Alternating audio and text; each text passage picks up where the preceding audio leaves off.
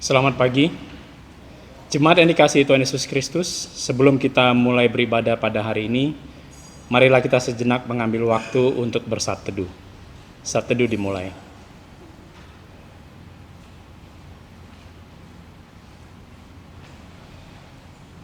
Amin.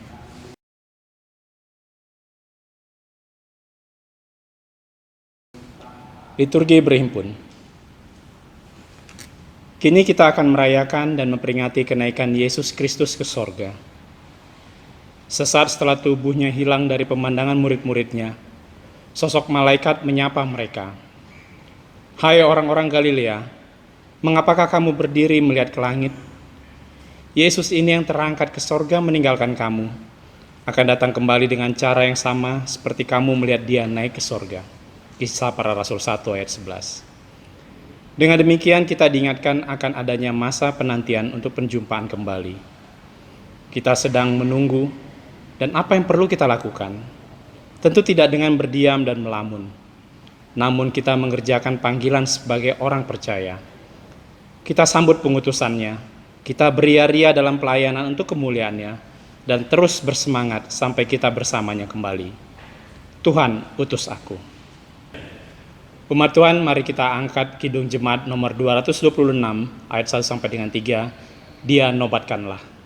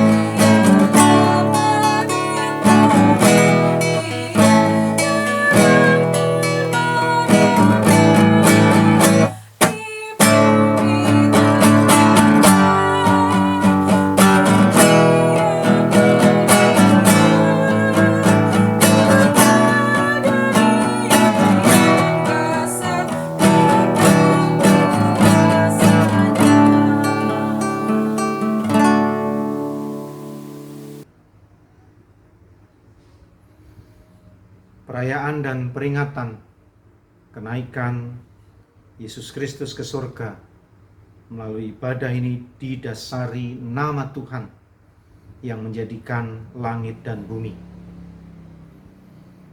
yang kasih setianya untuk selama-lamanya, sumber kehidupan dan keselamatan kita. Tuhan beserta saudara.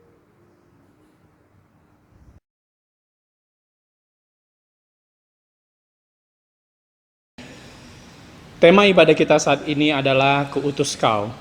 Tema ini bertujuan agar kita dalam menghayati hari raya kenaikan Tuhan Yesus ke sorga, memperoleh pengertian bahwa kenaikannya bukan perpisahan untuk selama-lamanya. Sebab saatnya kita akan berjumpa kembali dalam sukacita sorgawi dan keabadian. Itulah pengharapan iman orang percaya. Kini kita menantikan itu. Dan dalam rangka itulah kita terus bersaksi melayani, dan menjaga persekutuan. Kita tidak akan berhenti menjadi berkat lewat setiap perkataan dan perbuatan. Mari jemaat Tuhan, kita angkat Kidung Jemaat nomor 226 ayat 4 sampai dengan 5. Dia nobatkanlah.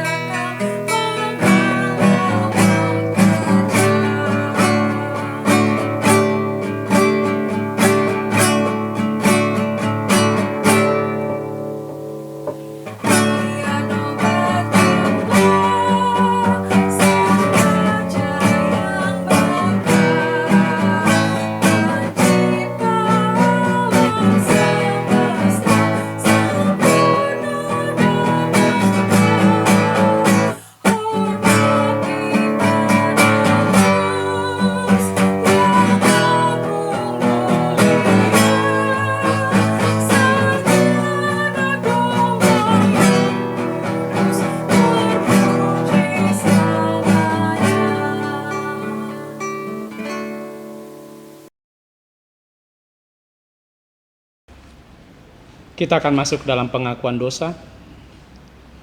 Umat Tuhan yang dikasihinya, marilah kita masing-masing merendahkan hati dalam doa untuk mengakui salah dan dosa kita masing-masing. Marilah kita berdoa secara pribadi kepada Tuhan kita Yesus Kristus. Kita berdoa.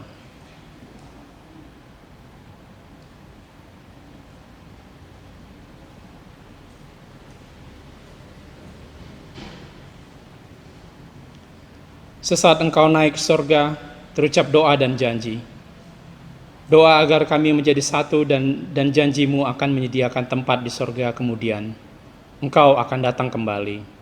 Tak habis-habisnya Engkau memberkati kami. Terus menyediakannya untuk kami. Seakan-akan kami adalah umat-Mu yang setia. Seakan-akan kami umat-Mu yang taat dalam keadaan apapun. Kami jauh dari sempurna Tuhan. Kami masih berbuat dosa. Kami tertunduk dalam sesal dan kegalauan. Kami tidak juga lepaskan diri dari dosa-dosa. Kami berharap akan kemurahan-Mu. Kami memohon kembali ampunan-Mu. Adakah waktu bagi kami? Adakah kesempatan tersedia? Kami ingin menata kehidupan kembali agar menjadi seperti yang Kau kehendaki. Ampuni kami Tuhan. Ampuni kami Tuhan. Kami berdoa di dalam nama Tuhan Yesus Kristus. Amin. Kita angkat pujian dari Kidung Jemaat nomor 225 ayat 5 sampai dengan 6, berkereta awan putih.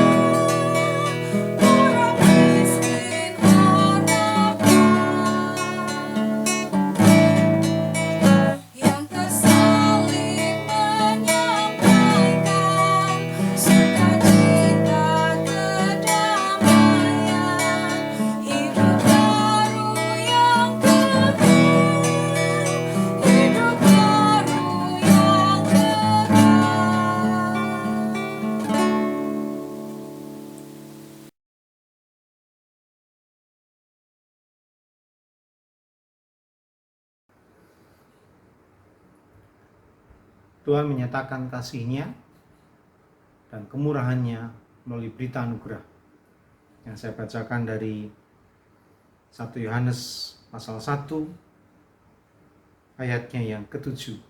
Dikatakan, tetapi jika kita hidup di dalam terang sama, seperti Dia ada di dalam terang, maka kita beroleh persekutuan seorang dengan yang lain. Dan darah Yesus, anaknya itu, menyucikan kita daripada segala dosa. Demikianlah berita anugerah dari Tuhan. Marilah kita saling menerima, saling mengasihi, dan saling mengampuni dengan menyatakan salam damai.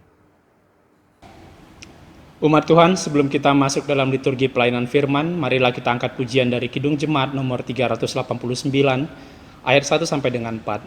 Besarlah kasih Bapa-Ku.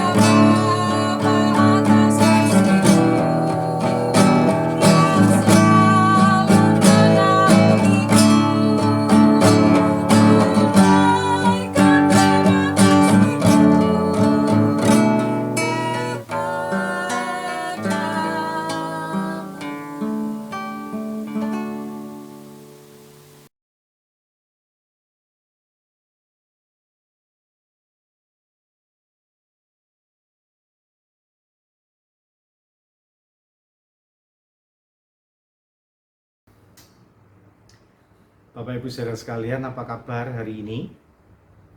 Kita berjumpa kembali dalam ibadah Hari Raya Kenaikan Tuhan Yesus Kristus ke surga. Sukacita, kita sudah memasuki Hari Raya ini, dan 10 hari ke depan kita akan merayakan Pentakosta. Jangan lupa sebelumnya ada 10 hari persekutuan doa pra-Pentakosta. Dan sebelum kita membaca dan mendengarkan firman Tuhan, kita satu dalam doa. Mari. Saatnya kembali kami mendengar firman-Mu. Saatnya kembali kami memperhatikannya menjadi sumber berkat dalam kehidupan kami. Hari Raya kenaikan ke sorga akan menjadi pesan penting bagi kehidupan iman kami. Maka Tuhan nyatakan maknanya bagi kami, sehingga memberkati kami yang masing-masing bersama-sama dengan keluarga beribadah di rumah masing-masing. Nyatakan firman-Mu, jadikan sumber berkat dan kami siap menjadi pelakunya. Inilah doa kami di dalam nama Tuhan Yesus Kristus. Amin. Dan mari kita membaca dan mendengarkan firman Tuhan. Silakan. Pembacaan Alkitab. Pemberitaan firman hari ini didasarkan bacaan dari Kisah Para Rasul 1 ayat 6 sampai 11. Maka bertanyalah mereka yang berkumpul di situ, Tuhan, maukah Engkau pada masa ini memulihkan kerajaan bagi Israel? Jawabnya, engkau tidak perlu mengetahui masa dan waktu yang ditetapkan Bapa sendiri menurut kuasanya. Tetapi kamu akan menerima kuasa kalau Roh Kudus turun ke atas kamu, dan kamu akan menjadi saksiku di Yerusalem dan di seluruh Yudea dan Samaria dan sampai ke ujung bumi. Sesudah ia mengatakan demikian, terangkatlah ia disaksikan oleh mereka, dan awan menutupnya dari pandangan mereka. Ketika mereka sedang menatap ke langit waktu ia naik itu, tiba-tiba berdirilah dua orang yang berpakaian putih dekat mereka, dan berkata kepada mereka, "Hai orang-orang Galilea, mengapakah kamu berdiri melihat ke langit? Yesus ini yang terangkat ke surga meninggalkan kamu, akan datang kembali dengan cara yang sama seperti kamu melihat dia naik ke surga." Demikianlah firman Tuhan. Berbahagialah mereka yang mendengarkan firman Allah, yang memelihara dan melakukannya. Haleluya. Haleluya.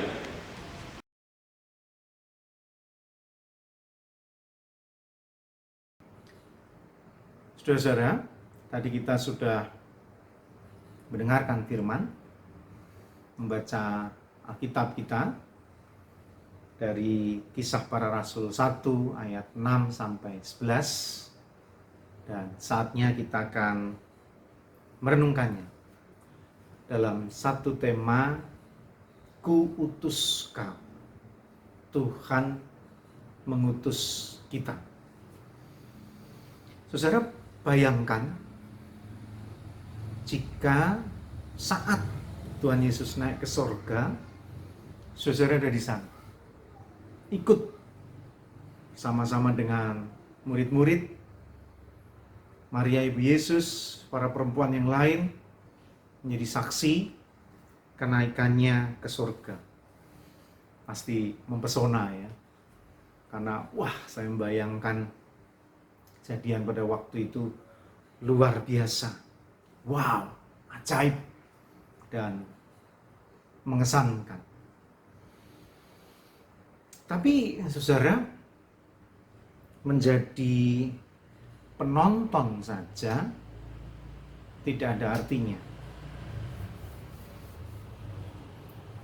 Penonton, sebagai penonton saja, itu hanya memuaskan dirinya sendiri. Lalu tidak ada, karena dia hanya menonton. Dan hampir saja murid-murid Tuhan Yesus menjadi penonton adegan kejadian kenaikan Tuhan Yesus ke surga. Sebagai penonton ya melihat acara selesai, bubar.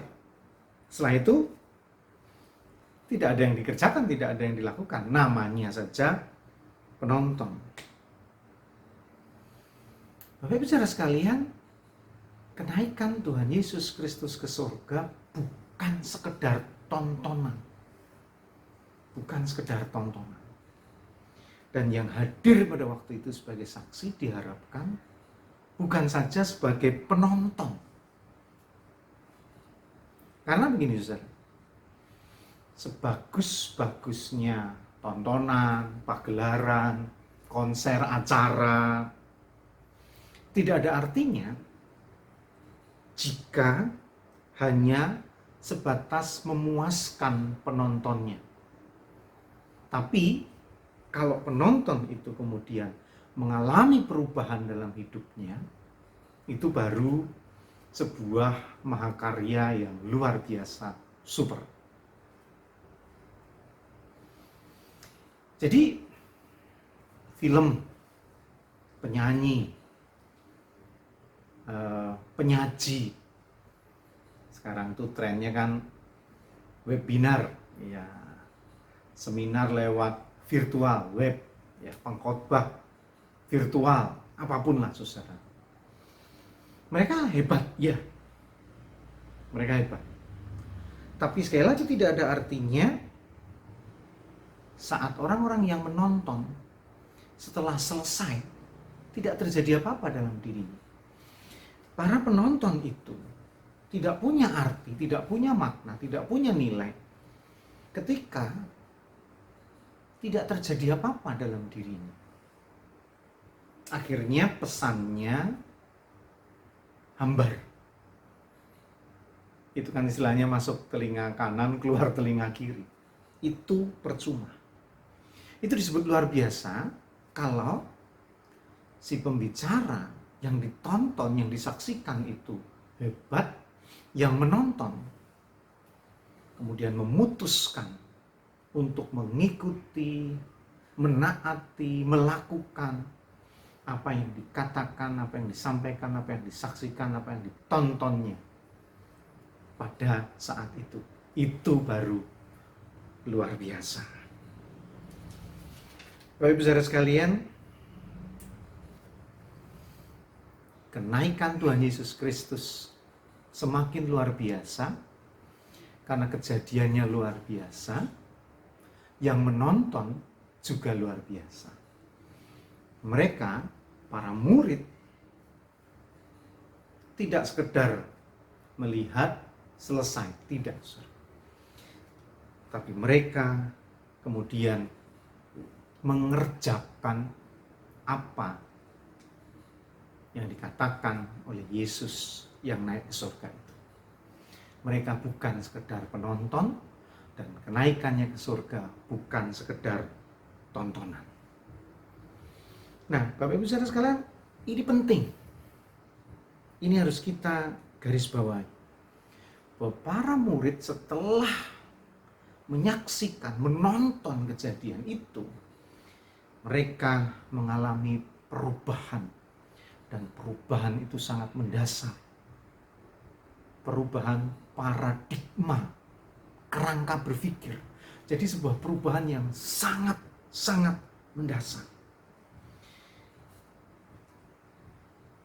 Kenapa saudara? Ini menjadi sebuah hal yang sangat penting. Kalau kita perhatikan bacaan kita, mari kita lihat ayat yang ke-6, dikatakan, maka bertanyalah mereka yang berkumpul di situ, Tuhan, maukah engkau pada masa ini memulihkan kerajaan bagi Israel? Artinya, Bapak Saudara sekalian, para murid masih terkungkung oleh masalah lokal, masalah domestik, masalah sempit. Padahal Yesus juru selamat dunia, kelas dunia. Nah, untuk itu saudara, dengan kenaikannya ke surga, para murid diajak untuk berpikir seperti kelas dunia. Diajak untuk mengubah pikirannya yang lokal, yang sempit, yang domestik itu diubah menjadi kelas dunia. Dan itu terjadi. Itulah yang luar biasa, saudara. Dan bagaimana mungkin? Ya, pasti mungkin, saudara. Karena Yesus yang kelas dunia itu, juru selamat dunia itu adalah yang Alfa dan Omega. Tuhan bisa melihat sesuatu yang ada di hadapannya dengan paradigma yang luas. Dia ada sebelum segala sesuatu ada. Dan saat ini ada dan nanti juga ada.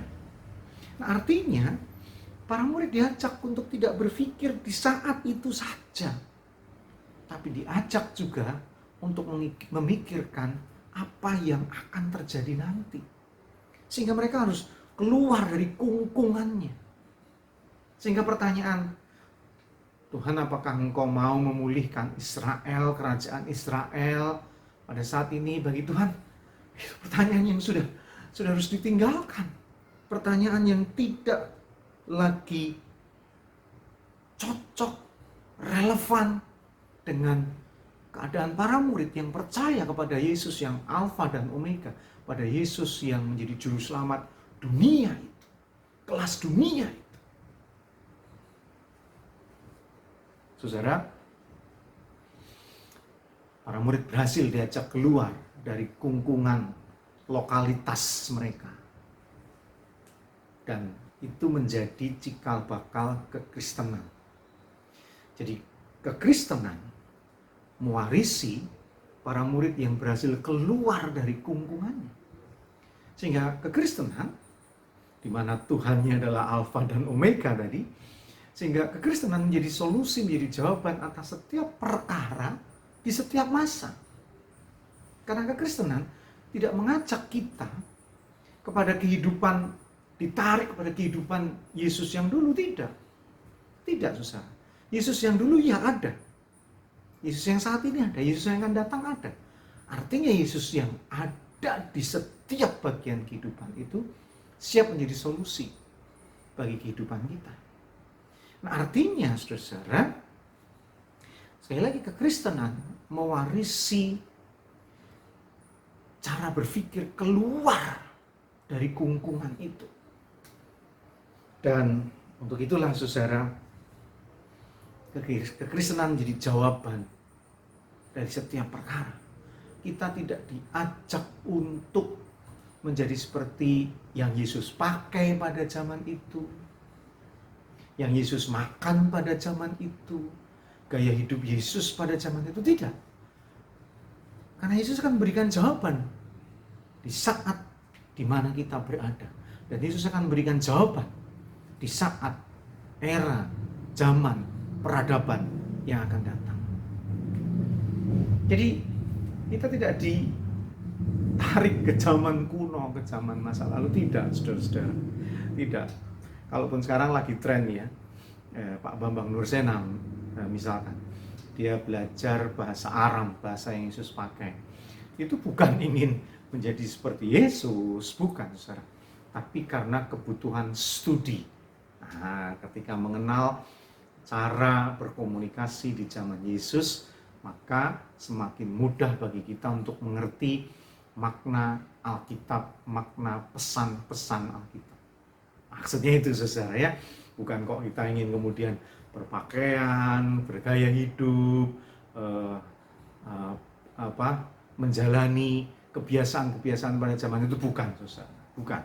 Karena Tuhan kita, Yesus, adalah Tuhan yang relevan di setiap era, di setiap peradaban, di setiap zaman.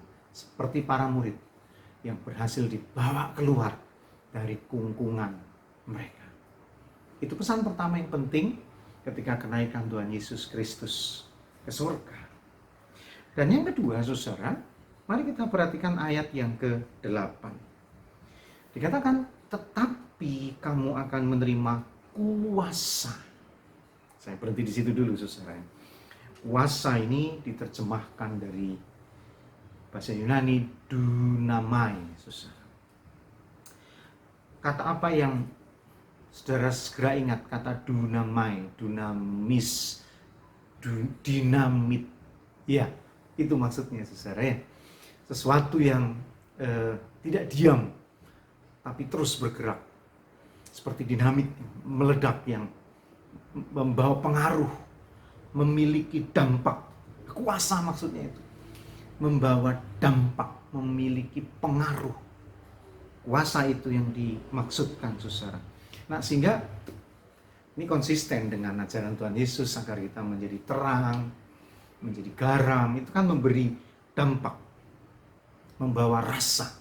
Ya, gelap disipak oleh terang, tawar disipak oleh rasa asin, gurih. Nah, sehingga menjadi lebih enak, kira-kira gitu, saudara ya.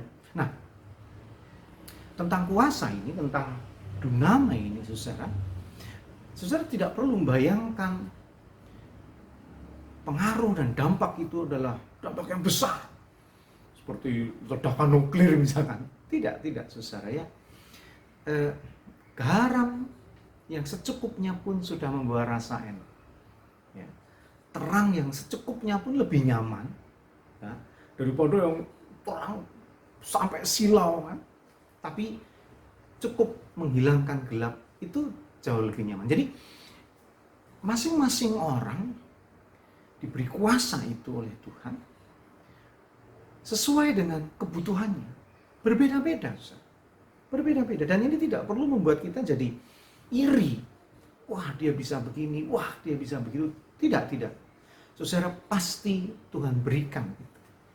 Apapun, masing-masing berbeda-beda. Ya, dan persoalannya bukan apa yang ada pada saudara, tapi apakah saudara mau memakainya agar orang merasakan keberadaan itu dalam hidup saudara. Bapak Ibu, pada saat diisolasi, pada saat kita PSBB di rumah saja, apa yang saudara kerjakan? Kalau saya salah satunya adalah menonton film, saudara. Nah, banyak film-film yang mengangkat tema tentang penguatan, empowering, agar orang yang lemah, orang yang nggak berdaya, orang yang nggak dianggap penting, bahkan orang yang berkebutuhan khusus itu tetap punya arti. Contoh misalkan, saudara masih ingat film Hacksaw Ridge? Itu sebuah film biografi tentang Kopral Desmond Thomas Doss, atau yang sering kita kenal dengan Desmond Doss, yang meninggal tahun 2006. Saudara, sebuah film perang, tapi luar biasa, saudara. Desmond Doss dijuluki oleh teman-temannya, oleh komandannya, batang jagung, karena saking kurusnya, saudara, saking kurusnya. Dan yang luar biasa, Kopral Doss ini perang tanpa membawa senjata, perang tanpa menyakiti, perang jangankan kok membunuh ya, menyakiti pun tidak. Lalu apa gunanya? Lalu perang macam apa yang dia jalani sehingga dia dikenang, saudara? Rupanya dia adalah tentara paramedis. Ya, jadi dia menolong pasukan yang terluka. Nah, dalam film biografi itu digambarkan bagaimana si kurus ini menyelamatkan nyawa banyak serdadu Amerika yang perang melawan Jepang waktu itu. Dan uniknya dalam film itu digambarkan Kopral Doss ini juga menolong serdadu Jepang. Ada 2 atau 3 orang yang diselamatkan. Ini kan luar biasa, saudara. Si batang jagung yang diejek, si batang jagung atau yang kurus itu ternyata berguna, dikenang, bahkan menjadi sumber inspirasi. Nah, dia memiliki dunamai, kuasa, pengaruh, sehingga menjadi orang yang pantas untuk dikenal. Nah, saya yakin saudara juga bisa, saudara juga pasti mampu melakukannya. Saya kembali membacakan ayat penting yang beberapa minggu lalu saya sampaikan untuk saudara. 1 Korintus pasal 1 ayat 26 sampai 28. Gampang menemukannya. 1 Korintus pasal 1 26 sampai 28. Ingat saja saudara-saudara bagaimana keadaan kamu ketika kamu dipanggil.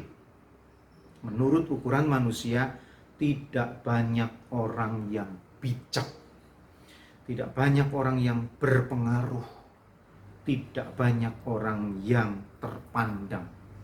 Tetapi apa yang bodoh bagi dunia dipilih Allah untuk memalukan orang-orang yang berhikmat.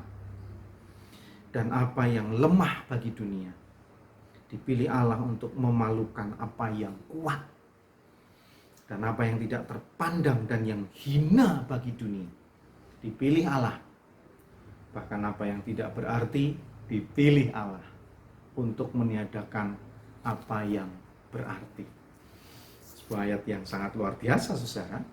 Dan ini betul-betul cocok dengan Paulus yang memang orang tidak berguna itu, waktu bernama Saulus dan kemudian dipilih Allah untuk menjadi kepanjangan tangannya. Nah, saudara,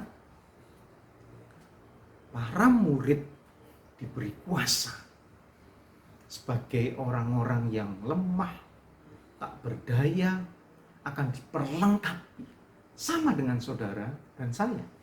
Diberi dunamai, diberi kuasa, diberi kemampuan untuk memberi pengaruh dalam kehidupan kita. Nah, artinya saudara, para murid tidak lagi hanya menjadi penonton.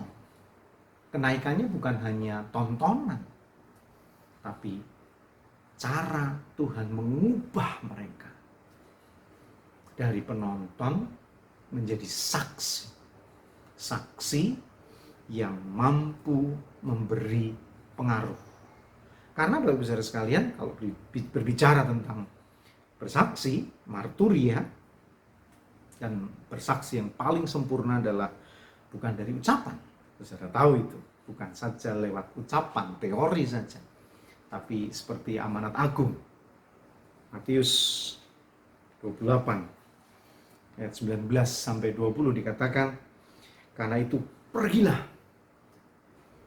jadikanlah semua bangsa muridku dan baptislah mereka dalam nama Bapa dan Anak dan Roh Kudus, dan ajarlah mereka melakukan segala sesuatu yang telah kuperintahkan kepadamu, dan ketahuilah aku menyertai kamu senantiasa sampai kepada akhir zaman.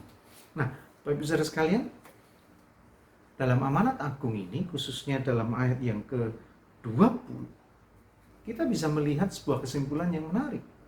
Dikatakan mulai dari pergilah, muridkanlah, kemudian baptislah, dan akhirnya ayat 20 saudara, ajar mereka untuk melakukan.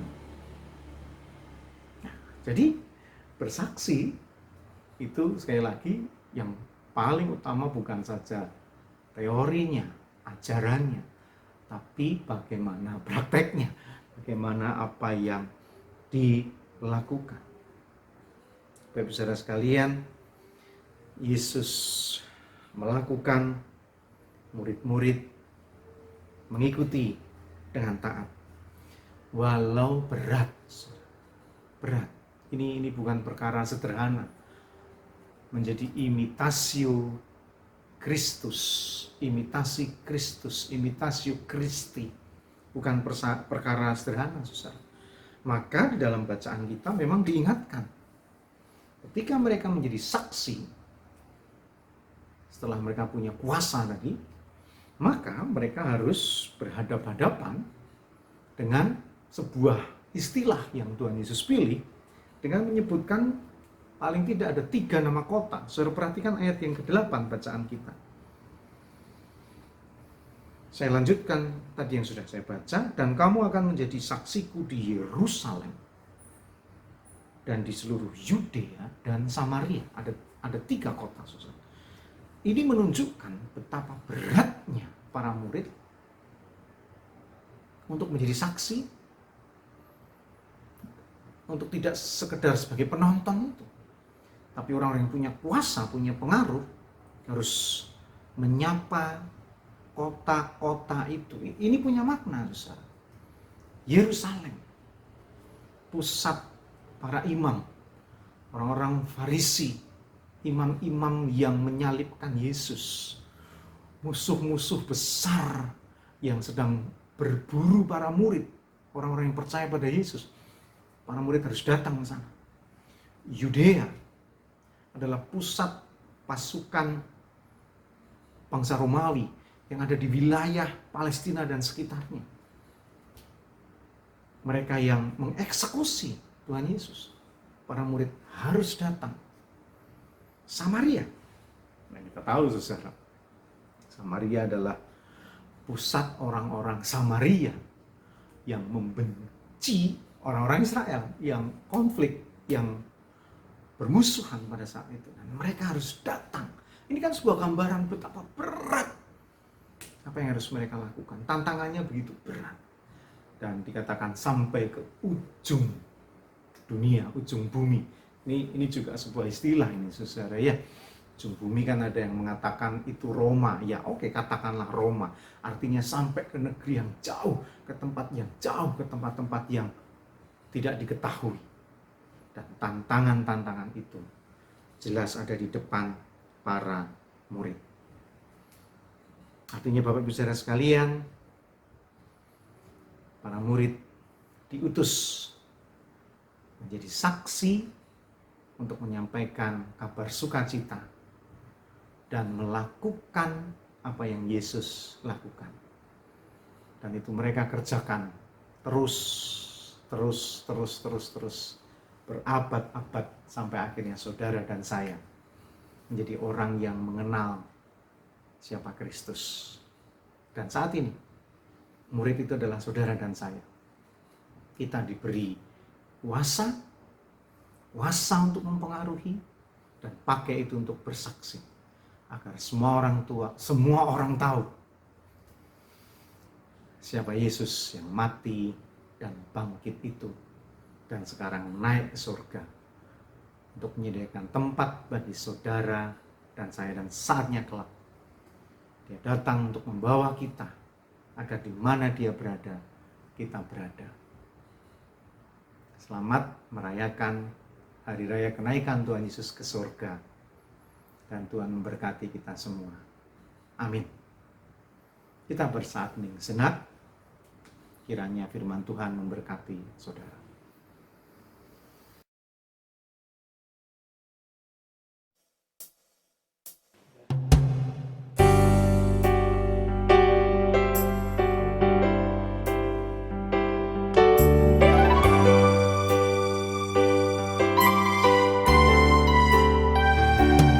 Bukan karena kebaikanmu, bukan karena fasilitamu, bukan karena kekayaanmu, kau dipilih, kau dipanggilnya.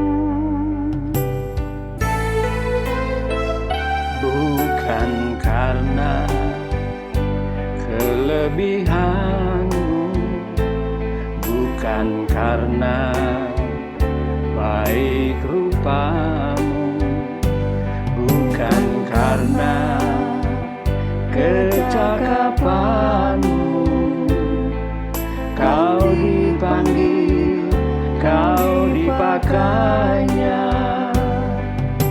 Bila engkau dapat, itu karenanya.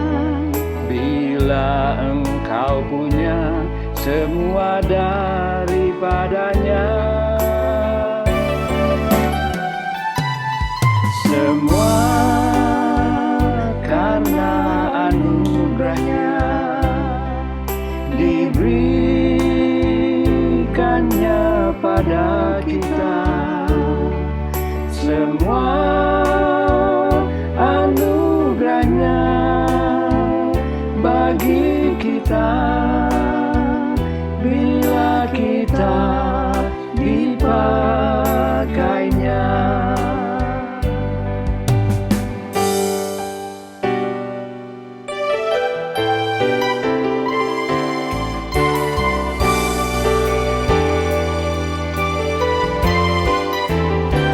Bukan karena kelebihanmu, bukan karena baik rupamu, bukan karena kecakapanmu, kau dipanggil, kau dipakainya.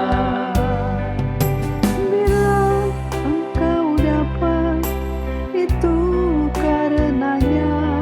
Bila engkau punya semua daripadanya,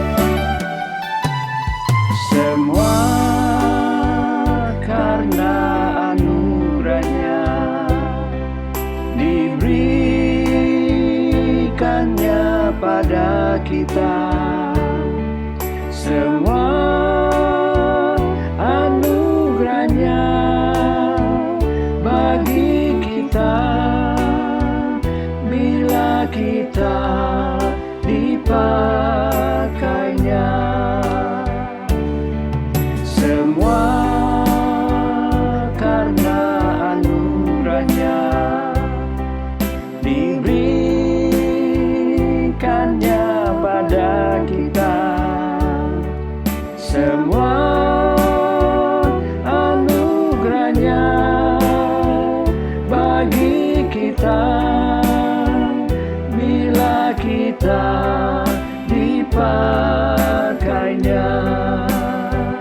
Aku siap dipakainya.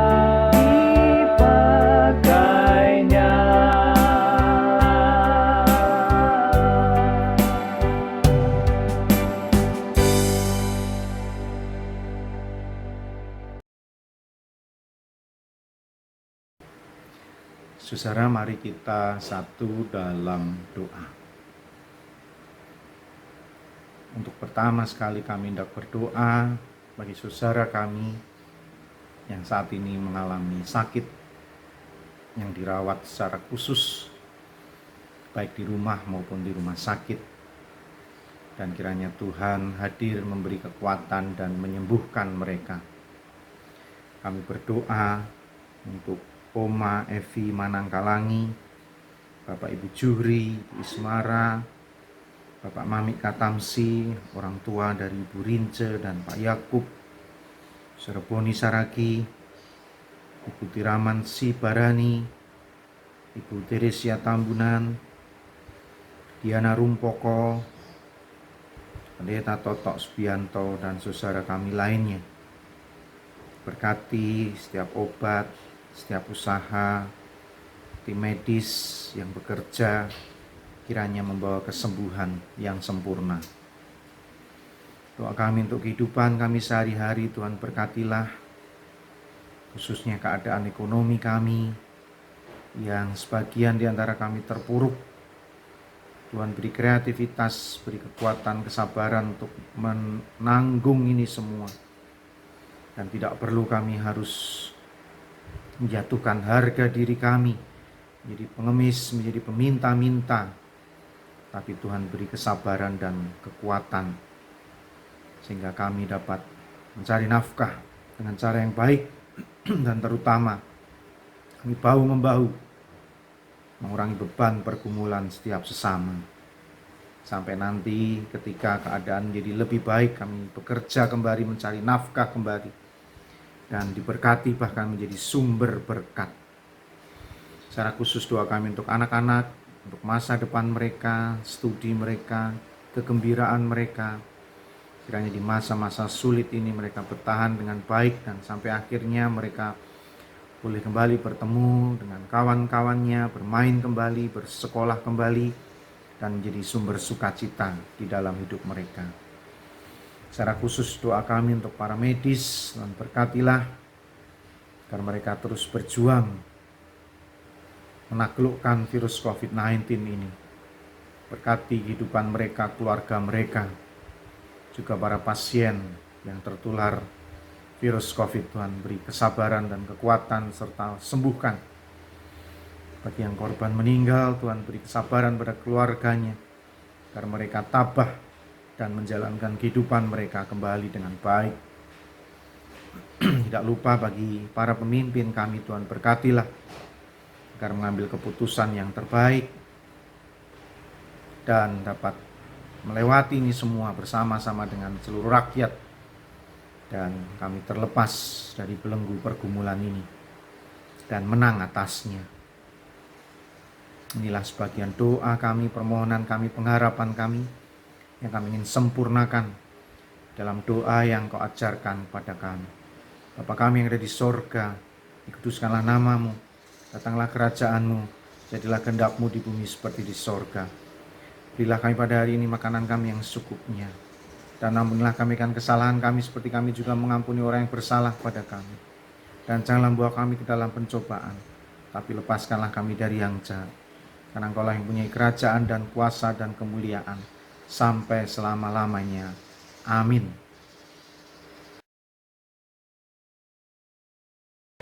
Pengakuan iman. Kita bangkit berdiri dan dengan tegap kita bersama umat Tuhan di sepanjang abad dan tempat sambil mengingat baptisan kita. Marilah kita mengucapkan pengakuan iman kita menurut pengakuan iman rasuli.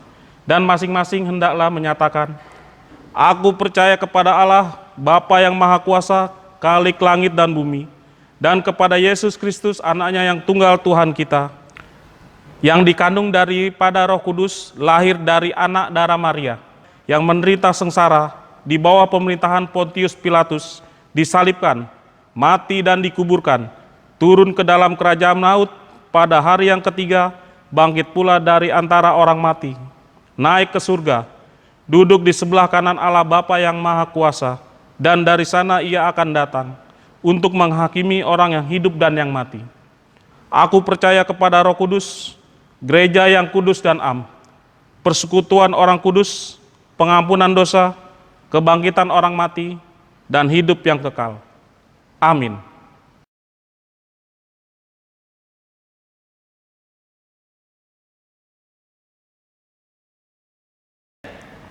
Dasar persembahan. Firman Tuhan sebagai dasar persembahan dibacakan dari 1 Tawarik 16 ayat 29.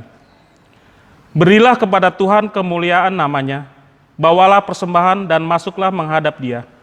Sujudlah menyembah kepada Tuhan dengan berhiasan kekudusan. Kita angkat nyanyian pujian dari NKB 181A 1 dan 4, Tuhan ambil hidupku.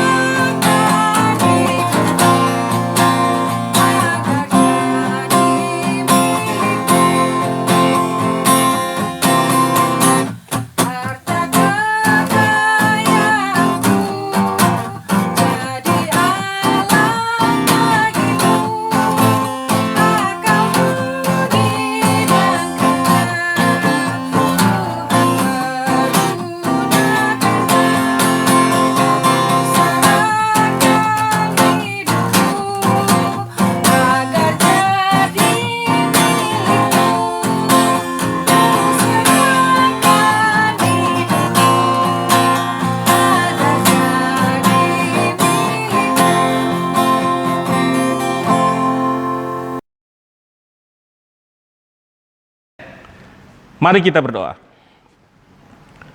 Ya Tuhan Allah, Engkau sumber dari segala yang baik dan indah dalam kehidupan kami. Sebagian dari pemberian-Mu, kami serahkan kembali kepadamu. Terimalah persembahan ini ya Tuhan, sebagai tanda pengakuan kami bahwa Engkaulah yang memiliki tubuh, jiwa dan roh, serta harta yang ada pada kami. Persembahan ini ya Tuhan, sebagai tanda syukur, sebab kami sudah menerima sangat banyak dari-Mu. Persembahan ini sebagai tanda iman, sebab kami percaya Engkau menjamin masa depan dan mencukupkan segala kebutuhan kami, sehingga kami tidak perlu khawatir untuk memberi, berbagi, dan menjadi berkat. Inilah doa kami, di dalam keagungan nama-Mu, Tuhan Yesus Kristus. Amin.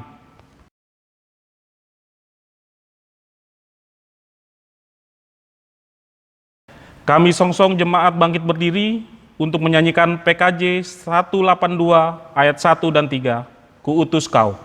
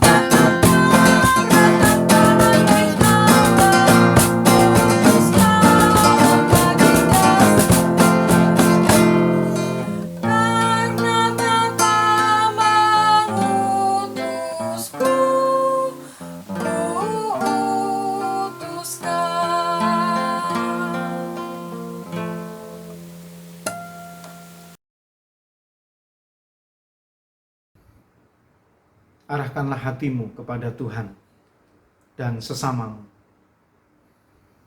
Jadilah saksi Kristus. Terpujilah Tuhan. Kini lanjutkanlah kehidupanmu dan dengan sukacita terimalah berkat Tuhan. Kiranya Allah sumber pengharapan memenuhimu dengan segala sukacita dan damai sejahtera di dalam imanmu, supaya oleh kekuatan Roh Kudus saudara berlimpah-limpah dalam pengharapan. Amin.